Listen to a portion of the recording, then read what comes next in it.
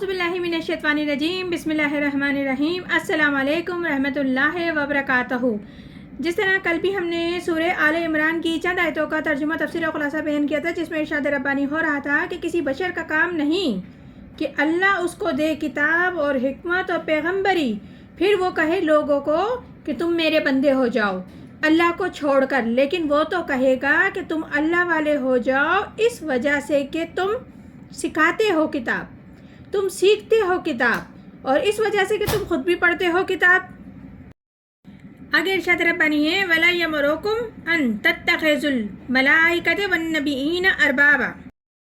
और ना वो ये कहेगा कि तुम लोगों को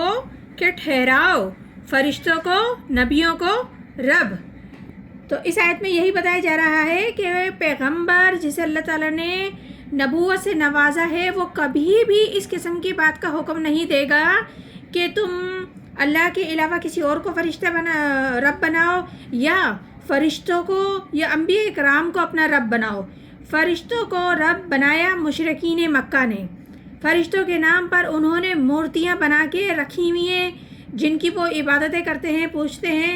और कुछ लोगों ने तो नबी को भी रब बना लिया, जैसे कि इधर इशारा हो रहा है हज़रत ईसा अलैहिस्सलाम की कौम की तरफ कि जैसे उन्होंने नबी को ही रब बना लिया। अय्यामरुकुम बिलकुफ्रि बाद इज़ अंतुम मुस्लिमून, क्या वो तुमको कुफ्र का हुक्म देगा बात उसके कि तुम मुसलमान हो चुके हो।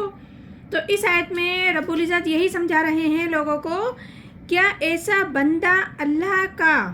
जिसको रब्बुल इज़्ज़त ने नबूवत से सरफराज किया हो, हिकमत दी हो, किताब दी हो,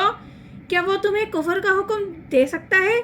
जबकि तुम मुसलमान हो चुके हो, फर्माबरदार बन चुके हो, और हमने अल्लाह ताला ने और तुम अल्लाह ताला की फर्माबरदारी इख्तियार तुमने की है, तुमने नबी ने जो पैगाम दिया उसे कबूल किया और अल्लाह की राह पे चले और अल्लाह की फर्माबरदारी और अताअत को कबूल करी, तो अब तुम्हें वो किस तरह क्यों कर वो हुक्म दे सकता है कि तुम अल्लाह को छोड़कर दूसरों को माबूद बना लो। आगे इरशाद रब्बानी है व इज़ा अख़ज़ल्लाहु मीसाक़ुन नबिय्यीन लिमा आतैतुकुम मिन किताबिन व हिकमतिन सुम्मा जआकुम रसूल मुसद्दिक़न लिमा मआकुम लतुमिनुन्ना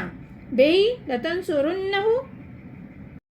और जब अल्लाह ने अहद नबियों से किया कि जो कुछ मैंने तुमको दिया किताब, फिर इल्म आया तुम्हारे पास, कोई रसूल तस्दीक करने वाला तो उसकी जो तुम्हारे पास है, तो तुम उस रसूल पे ज़रूर ईमान लाओगे और ज़रूर उसकी मदद करोगे। इस आयत में बताया जा रहा है कि याद करो जब अल्लाह ताला ने तमाम अंबिया इकराम से कह दिया कि जब भी मैं तुम्हें अपनी किताब हिकमत दूंगा तो फिर तुम्हारे पास रसूल आएंगे और नया रसूल आएगा,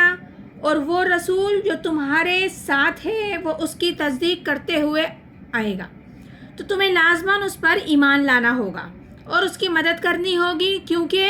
अंबिया इकराम का एक सिलसिला चल रहा था और हर नबी वो जो आज तक की पेशनगोई करते हुए आए हैं, मतलब कि हर नबी ने हुजूर अकरम सल्लल्लाहु अलैहि वसल्लम के आने की बशारत दी है। जो नबी गुज़र गए हैं उनको हक़ के साथ तस्दीक किया है कि वो सच्चे नबी थे, हक़ पर थे, और ख़त्म नबूवत के बाद ये बहुत ख़त्म नबूवत की ये बहुत बड़ी दलील है कि ऐसी कोई शे ज़िक्र कुरान या हदीस में नहीं है, बिल्कुल इसके बरक्स है कि नबूवत ख़त्म मोहम्मद सल्लल्लाहु अलैहि वसल्लम पर हो गई है, वरना इससे पहले तमाम अंबिया इकराम हुजूर अकरम सल्लल्लाहु अलैहि वसल्लम की बशारत देकर गए हैं, खुशखबरी देकर गए हैं। मतलब कि जो भी पैगंबर जब जाता था वो बता के जाता था मोहम्मद सल्लल्लाहु अलैहि वसल्लम के बारे में और आखिरी किताब कुरान मजीद के बारे में कि यहाँ आकर ये किताब भी आखिरी हो गई और ये पैगंबर भी आखिरी होंगे, और इनके बाद किसी पैगंबर की कोई तस्दीक नहीं और किसी ने नहीं आना क़यामत तक के लिए। ये पैगंबर, इनकी ज़िंदगी और किताब यानी कि कुरान पाक ये काफ़ी होगी मुसलमानों के लिए। پھر رب العزت فرماتے ہیں قال اقررتم واخذتم علی ذالک اسری، فرمایا کہ کیا تم نے اقرار کیا، اس مضمون پر قبول کیا میرا عہد؟ یعنی کہ اللہ تعالیٰ نے فرمایا کہ تم نے اقرار کر لیا اے نبیوں۔ اب یہ اقرار کہاں کیا گیا کہ جہاں سارے نبی ایک ساتھ جمع ہوں گے تو اسی جگہ پر رب العزت نے یہ ان سب نبی سے اکٹھا ایک ساتھ اقرار کیا، تو وہ عالم ارواح ہے، کیونکہ عالم ارواح میں ہی تمام انبیاء اکرام ایک ساتھ جمع ہو سکتے ہیں، کیونکہ تمام انبیاء اکرام عالم ارواح میں ہی ایک ساتھ جمع تھے، اور اسی مقام پر اللہ تعالیٰ نے ان کو کہا کہ تم نے اس بات کو قبول کیا کہ میری ذمہ داری قبول کی۔ قالوا اقررنا، انہوں نے کہا ہم نے اقرار کیا۔ یعنی کہ جب رب العزت نے تمام انبیاء اکرام سے پوچھا جنہیں اللہ تعالیٰ نے نبوت سے سرفروز فرمایا، تو ان سے عالم ارواح میں اضافی عہد لیا گیا کہ اگر میں تمہیں نبی بنا کر بھیجوں تو پھر تمہارے بعد جو بھی نبی آئے گا تم کو اپنے لوگوں کو یہ کہہ کر جانا ہے کہ جو بعد میں میرے نبی آنے والے ہیں تم ان کی نصرت کرنا، مدد کرنا اور ان پر ایمان لانا۔ یہ تمہیں اپنی قوم کو سمجھا کے جانا ہے، بتا کے جانا ہے، کیونکہ تمہارے بعد یقیناً دوسرا نبی نے آنا ہے، اور دین کی تبلیغ یوں ہی چلتی رہے گی، دین کی دعوت یوں ہی چلتی رہے گی جب تک کہ آخری نبی نہ آ جائیں۔ رب العزت نے پھر فرمایا قال فاشہدوا وانا معکم من الشاہدین، فرمایا تو اب گواہ رہو اور میں بھی تمہارے ساتھ گواہ ہوں۔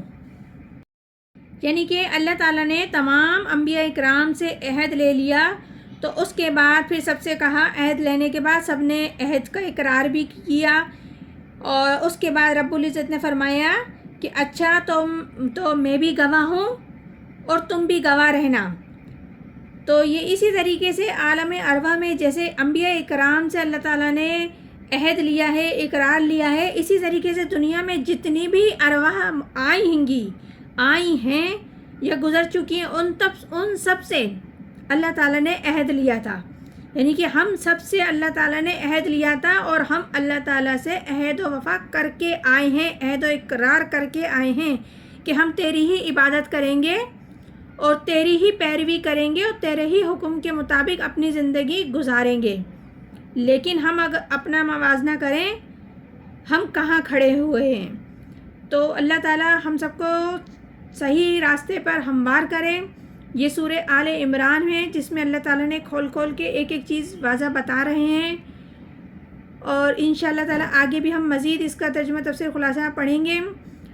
اللہ تعالیٰ ہم سب کو قرآن پاک صحیح طریقے سے پڑھنے، سمجھنے اور عمل کرنے کی توفیق عطا فرمائے، اور قرآن کا جو مقصد ہے اسے حاصل کرنے کی توفیق عطا فرمائے۔